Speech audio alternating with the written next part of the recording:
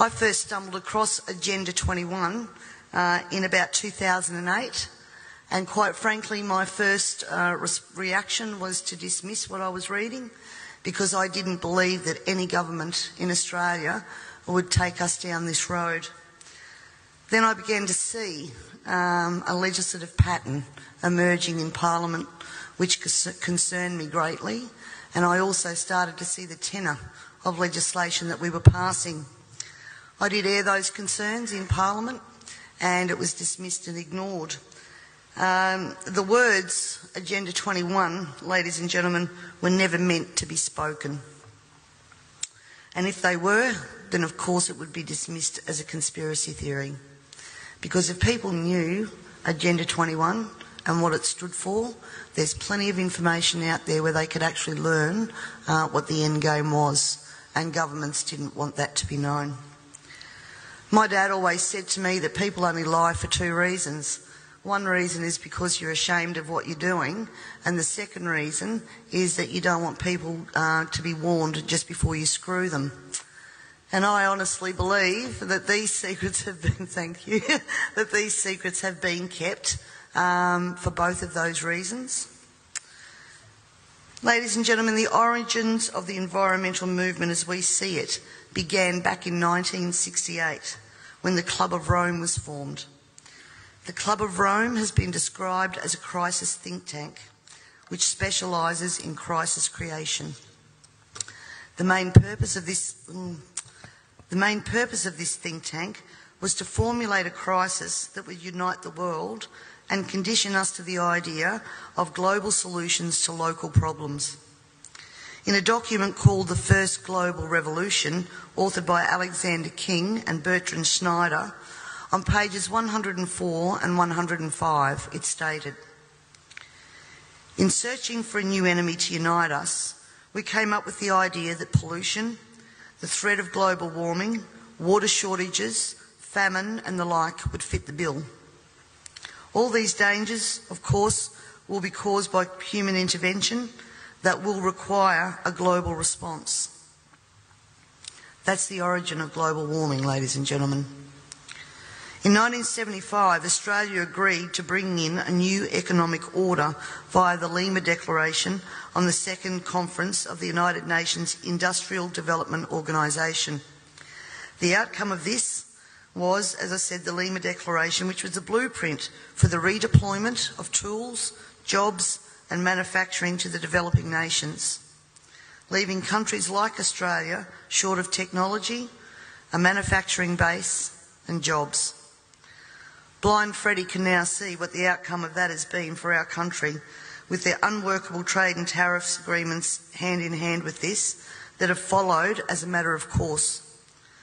This is now a reality, with around 90% of our agriculture and manufacturing just gone. Australia signed the Lima Declaration and hundreds of others with the support of all major political players: Whitlam, Fraser, Hawke, Keating, Hewson, Howard, Rudd, the Democrats, the Greens and even the Nationals. It has been put to me that all of these treaties were the foundation for the rollout of Agenda 21, and it seems that Australia has been moved around the global chessboard, and our so-called leaders were either complicit or naive to the long-term consequences. And now we're almost at checkmate.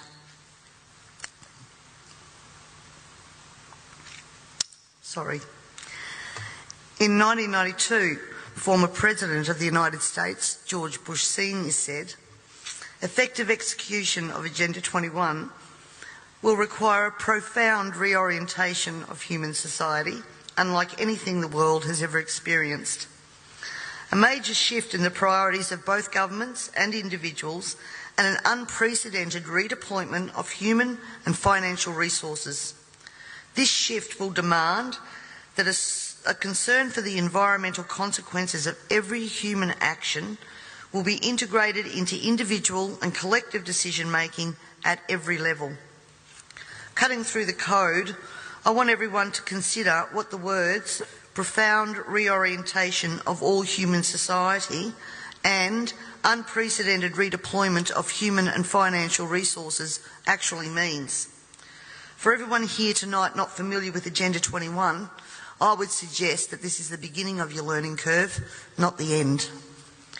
In 1992, Maurice Strong, Secretary-General of the UN Earth Summit and member of the Club of Rome, said, "It is clear that current lifestyles and consumption patterns of the affluent middle class involving high meat intake, consumption of large amounts of frozen and convenience foods, use of fossil fuels, ownership of motor vehicles, small electrical appliances, home and workplace air conditioning, and suburban housing are not sustainable."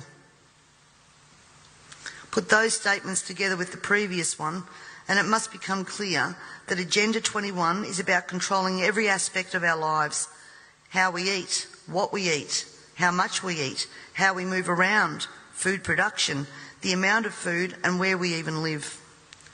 Dixie Ray, former Washington State Governor and Assistant Secretary for Oceans and International Environmental and Scientific Affairs, stated, "Agenda 21 seeks to establish a mechanism for transferring the wealth from citizens to the third world.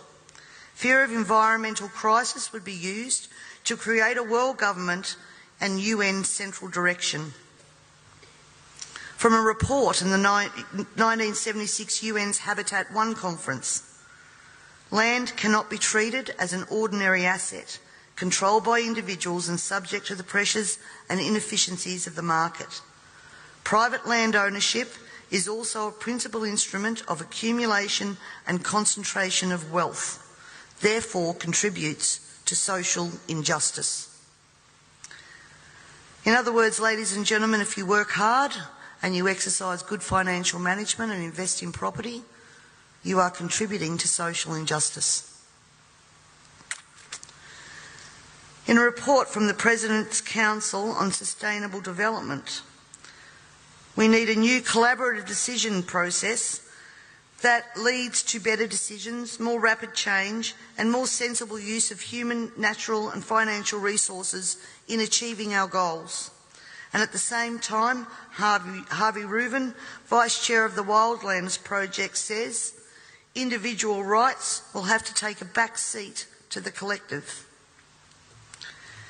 J. Gary Lawrence, Advisor to President Clinton's Council on Sustainable Development, participating in a UN-advocated planning process would very likely bring out many of the conspiracy-fixated groups and individuals in our society, and here we are.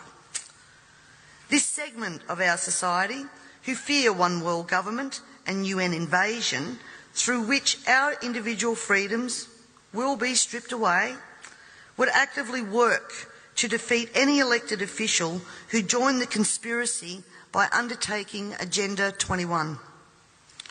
So we will call our process something else. We will call it comprehensive planning, or growth management, or smart growth. We ended up with sustainable development. The redeployment of human and financial resources has now become visible to us all via the cut to services and programs to assist the sick, the young, the elderly, and of course the creation of another level of poverty now identified by the term the working poor. I was speaking to a person last week and he said to me, if Hitler was still around, he'd be sitting back thinking, I didn't need bullets for a global takeover. And he'd be right. We see daily cash grabbing via new taxes called levies, supposedly because we are cash strapped in this state, and at the same time see big project spending that does not fit with the message that we are in financial crisis. But we the people have to tighten our belt, while the government seems absolutely unaware and unconcerned of the amount of debt that it is accumulating. This in turn means that taxes, levies, fines and other penalties increase, as well as the cost of living rising exponentially, and the ordinary citizen's ability to exist well is compromised with almost every law that we pass. We're constantly paying for so-called services that we don't receive. This is wealth redistribution at the grassroots level, redeployment of financial resources ensuring only hardship for the citizens who just really want to get on with their lives. The Parliament has also ventured into the rights of people to own and retain their property and manage it without government interference. In particular, the laws around, as Peter said, water allocation, natural resource management, the Native Vegetation Act, Development and Planning Act, which are all equally toxic to our food producers as they are to our long-term security, we city dwellers. Everyone needs to remember we all pay a natural resource management levy on our tax rates. So this is not just going to affect the food producers. The intrusions into our property that Peter was talking about that land producers are going through will roll out into the suburbs and into the city because they have the authority to do that.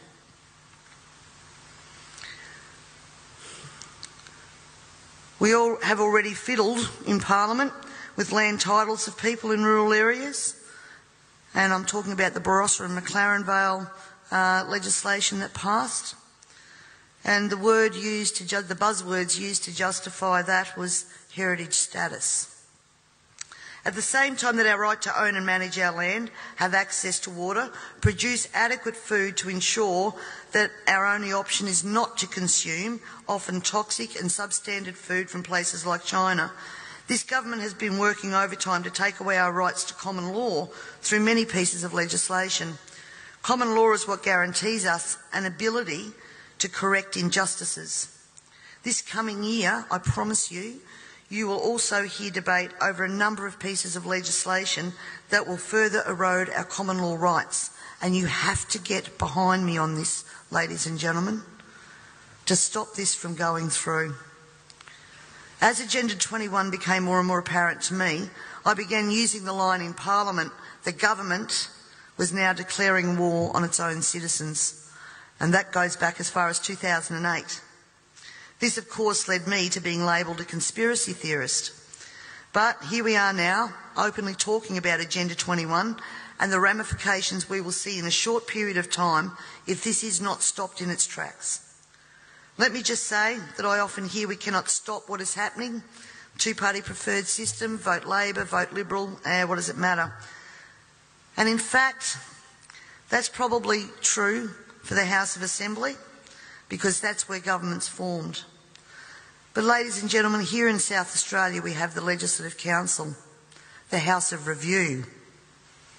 And my friends, that is where the true power does lie. And the last thing that governments want you to understand is that no matter who is in power, the Legislative Council is there for checks and balances. And when the Legislative Council isn't overly influenced by the major parties, legislation can be blocked.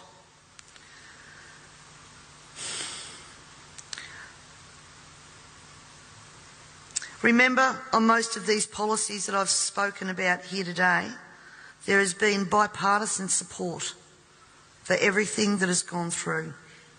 When the major parties join together, then the crossbenchers and minor parties, basically our vote is null and void. The way to avoid that is to make sure that when the major parties do join together, they don't have the numbers. For way too long now, we the people have been asleep at the wheel, and it is time to wake up and participate in the democratic process. And to do that, you need to understand the parliamentary and political system that you are trying to rein in. In 1972, the Club of Rome published the alarmist Limits to Growth document, warning of worldwide overpopulation, the need for sustainable development. This was the beginning of the slow process of social engineering and programming people to accept that the planet is struggling to sustain life. On the 8th of October 1973, the New York Times reported a quote from Ted Turner, also Club of Rome. The social experiment in China under Chairman Mao's leadership is one of the most important and successful in human history. In 1987, Mikhail Gorbachev, also a member of Club of Rome, said, "We are moving toward a new world order, the world of communism, and we shall never turn off that road." He also quoted in 1996 Monetary and Economic Review on page 5 The environmental crisis will be the international disaster that will unlock the New World Order, one world government. In 1992 came the Earth Summit, which produced the document called the Earth Charter. This document was co-written by Maurice Strong, long-time globalist, elitist, member of Club of Rome, and Mikhail Gorbachev. Both Strong and Gorbachev stated that it was hoped that this document would be adopted as the new 10 Commandments, with environmentalism as the new one world religion. Out of this summit came Agenda 21. Ted Turner, who was also a member of the Club of Rome, was quoted as saying in 1996, the total population of 250 to 300 million people is ideal.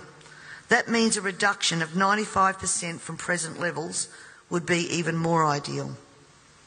Anyone who abhors the China one-child policy is simply a dum-dum. In 1998, the Baltimore Sun reported on July the 7th, most of Ted Turner's first donation to the UN of $22 million went to programs that seek to stall population. Another goal of the depopulation process is that the upcoming generation will submit to sterilisation to save Mother Earth. Ladies and gentlemen, everything I've said here tonight can be verified by document searches, and it is now time for us all to take off our blinkers and encourage our neighbours to take off their blinkers.